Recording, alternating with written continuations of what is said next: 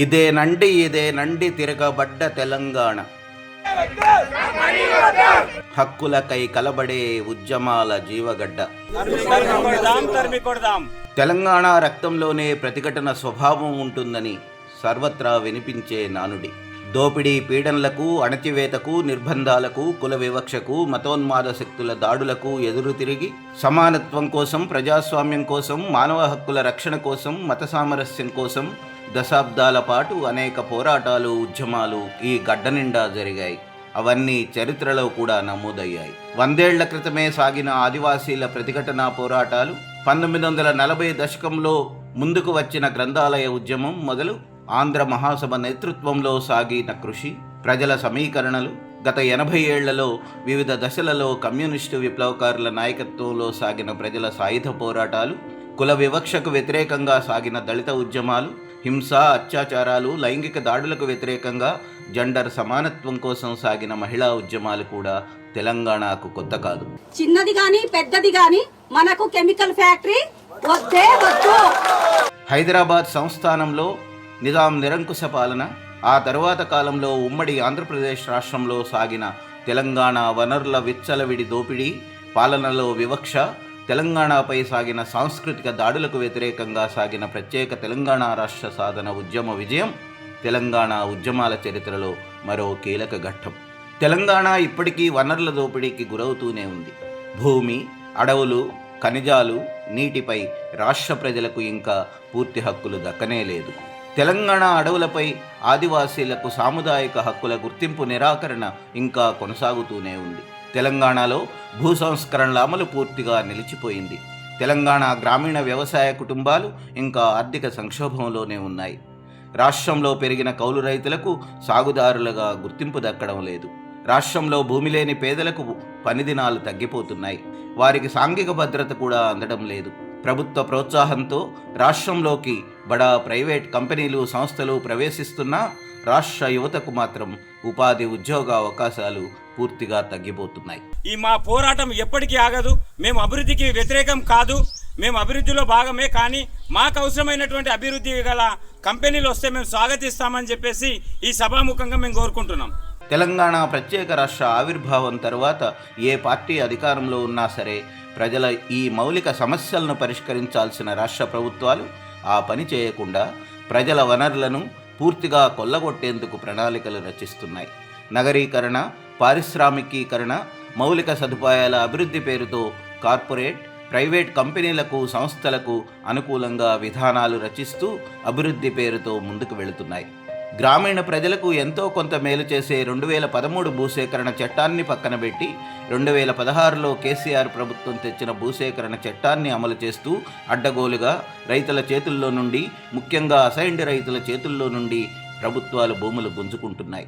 మరోవైపు కాలుష్యకారక పరిశ్రమలను పచ్చన పల్లె ప్రాంతాల్లోకి తోస్తున్నాయి. విష రసాయనాలను వెదజల్లే ఫార్మా, ఇథనాల్, ఇతర రసాయన పరిశ్రమలకు అనుమతులు ఇవ్వడం ఇందులో భాగమే. గతం నుండి రాష్ట్రంలో ఉనికిలో ఉన్న ఫార్మా, ఇతర రసాయన కంపెనీలు కూడా విపరీతంగా కాలుష్యాన్ని వెదజల్లుతున్నా, గాలిని, నీటిని కలుషితం చేస్తున్నా కాలుష్య నియంత్రణ మండలి కానీ, ఇతర నియంత్రణ సంస్థలు కానీ అసలు పట్టించుకోవడం లేదు. ఈ నేపథ్యంలో గ్రామీణ ప్రజల జీవితాలు దుర్భరంగా మారిపోతున్నాయి. నగరాలలో కూడా పెరుగుతున్న కాలుష్యం, వ్యర్థాల నిర్వహణ సరిగ్గా లేకపోవడం వల్ల ఎదురవుతున్న సమస్యలు మరో పెద్ద సమస్య. నదులు, చెరువులు, భూగర్భ జలాలు, భూములు కూడా విషపూరితమైపోవడం, పశువులు మరణించడం, ప్రజలకు తీవ్రమైన అనారోగ్యాలు, చర్మవ్యాధులు, అకాల మరణాలు సంభవించడం, వీటన్నిటి వెనుక కాలుష్యకారక పరిశ్రమలు, నగరీకరణ వల్ల జరుగుతున్న విధ్వంసం ఉంది. ఈ కాలుష్యకారక పరిశ్రమల్లో జరుగుతున్న పేలుడు ప్రమాదాలు, ఇందులో కార్మికుల మరణాలు, గాయపడడం, ఈ పరిశ్రమలో పనిచేస్తున్న కార్మికులకు కనీస వేతనాలు, వారికి ఎలాంటి భద్రత లేకపోవడం కూడా మరో పెద్ద సమస్య. సిగాచి పరిశ్రమ పేలుడు ఘటనలో మృతదేహాల గుర్తింపు ప్రక్రియ శరవేగంగా కొనసాగుతుంది. అటు ప్రమాద స్థలంలో శిథిలాల ప్రక్రియ తొలగింపు కొనసాగుతోంది. ఇప్పటి వరకు డిఎన్ఏలతో సరిపోయిన మృతదేహాలను వాళ్ళ కుటుంబ సభ్యులకు అప్పగించారు. ఈ సమస్యలను రాష్ట్ర ప్రజలు, రాష్ట్ర రాజకీయ పార్టీల నాయకులు, ప్రజా సంఘాల నాయకులు ఇప్పటికీ ఇంకా పూర్తి స్థాయిలో గుర్తించకపోవచ్చు. కానీ ఈ సమస్యలను ఎదుర్కొంటున్న ప్రజలు మాత్రం సమస్యల తీవ్రతను గుర్తిస్తున్నారు, సమస్య పరిష్కారానికి ఐక్యమవుతున్నారు. వివిధ రూపాలలో పోరాడుతున్నారు. భూమి తీసుకున్నారు, అక్కడ ఉద్యోగాలు రాలేదు, మా ఆరోగ్యాన్ని పాడు చేసుకుంటే మీరు పట్టించుకోవట్లేదు. టీసీబీ వాళ్ళు చెప్పారని వీటన్నిటికి మీకు జవాబు చెప్పాలని కోరుతున్నాం.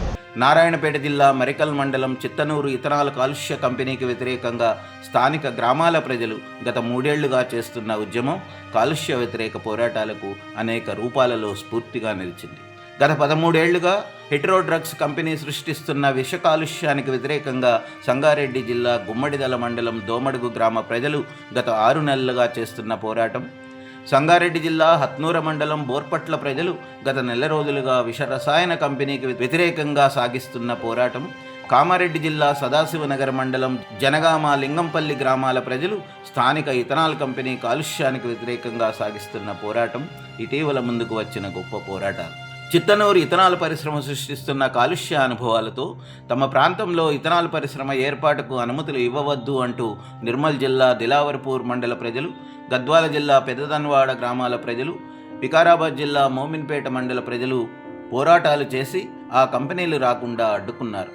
కామారెడ్డి జిల్లా బిక్కనూరు మండల ప్రజలు తమ ప్రాంతంలో ఇప్పటికే ఉన్న ఫార్మా కాలుష్యానికి వ్యతిరేకంగా కొత్తగా రానున్న ఫార్మా కంపెనీకి వ్యతిరేకంగా పోరాడుతున్నారు.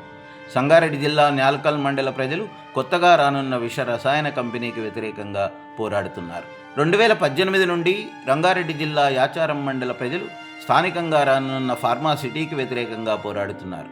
మరోవైపు స్థానికంగా అడ్డగోలుగా ఫార్మాసిటీ, ఫ్యూచర్ సిటీ పేరుతో గ్రీన్ కారిడార్, రీజనల్ రింగ్ రోడ్డుల పేరుతో రాష్ట్ర ప్రభుత్వం సాగిస్తున్న అక్రమ భూసేకరణకు వ్యతిరేకంగా కూడా యాచారం, కడతాల్, న్యాల్కల్ మండలాల రైతులు, ప్రజలు పోరాడుతున్నారు.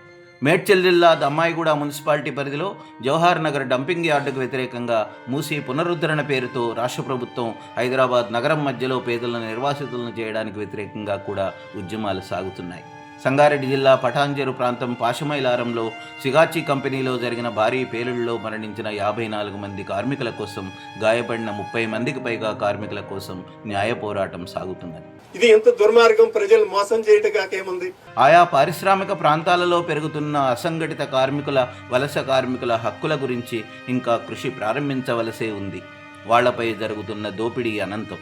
ఈ ఉద్యమాలకు రాష్ట్ర స్థాయిలో ఏ రాజకీయ పార్టీ నాయకత్వం వహించడం లేదు. ఏ రాజకీయ పార్టీ పూర్తి స్థాయిలో మద్దతు ప్రకటించడం లేదు.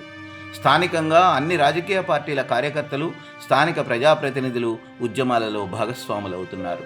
కానీ పదుల కొద్దీ సామాజిక కార్యకర్తలు, శాస్త్రవేత్తలు, న్యాయవాదులు, జర్నలిస్టులు, టీచర్లు, డాక్టర్లు, కళాకారులు ప్రజలు సాగిస్తున్న ఈ ఉద్యమాలకు అండగా నిలబడ్డారు, నిలబడుతున్నారు.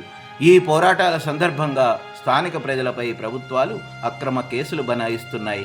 నాయకులపై రౌడీ షీట్లు ఓపెన్ చేసిన స్థితిని కూడా మనం చూస్తున్నాం. ఈ ఊరు ఉద్యమం రానున్న రోజుల్లో అదే మీద ముట్టడైతుంది, మీరు చూస్తుండండి. ఈ పోరాటాలన్నీ స్థానికంగా అన్ని చోట్ల కాలుష్య వ్యతిరేక పోరాట కమిటీల ఆధ్వర్యంలో సాగుతున్నాయి. సైంటిస్ట్ ఫర్ పీపుల్, మానవ హక్కుల వేదిక, ప్రజా ఉద్యమాల జాతీయ వేదిక, రైతు స్వరాజ్య వేదిక, M V foundation, Telangana people's joint action committee, APCR, environmental justice forum, climate front, Dalit Bahujan front, Palamuru అధ్యయన వేదిక, కుల అసమానతల నిర్మూలన పోరాట సమితి, తెలంగాణ మహిళా ట్రాన్స్జెండర్ల జాయింట్ యాక్షన్ కమిటీ లాంటి సంస్థల కార్యకర్తలు పోరాడుతున్న ప్రజలకు మద్దతుగా గ్రామాలకు వెళుతున్నారు. ఈ ఉద్యమాల స్ఫూర్తితో పౌర సమాజ, సామాజిక శక్తుల మధ్య ఐక్యతను కొనసాగిద్దాం. కొనసాగుతున్న ఉద్యమాలలో అంతిమంగా విజయం సాధిద్దాం. కాలుష్యరహిత తెలంగాణ రాష్ట్రాన్ని సాధించుకుందాం. రాష్ట్రంలో కొనసాగుతున్న విధ్వంసపూరిత అభివృద్ధి నమూనాను అడ్డుకుందాం. ప్రజలు, పర్యావరణం కేంద్రంగా ప్రజాస్వామిక తెలంగాణను సాధించుకుందాం.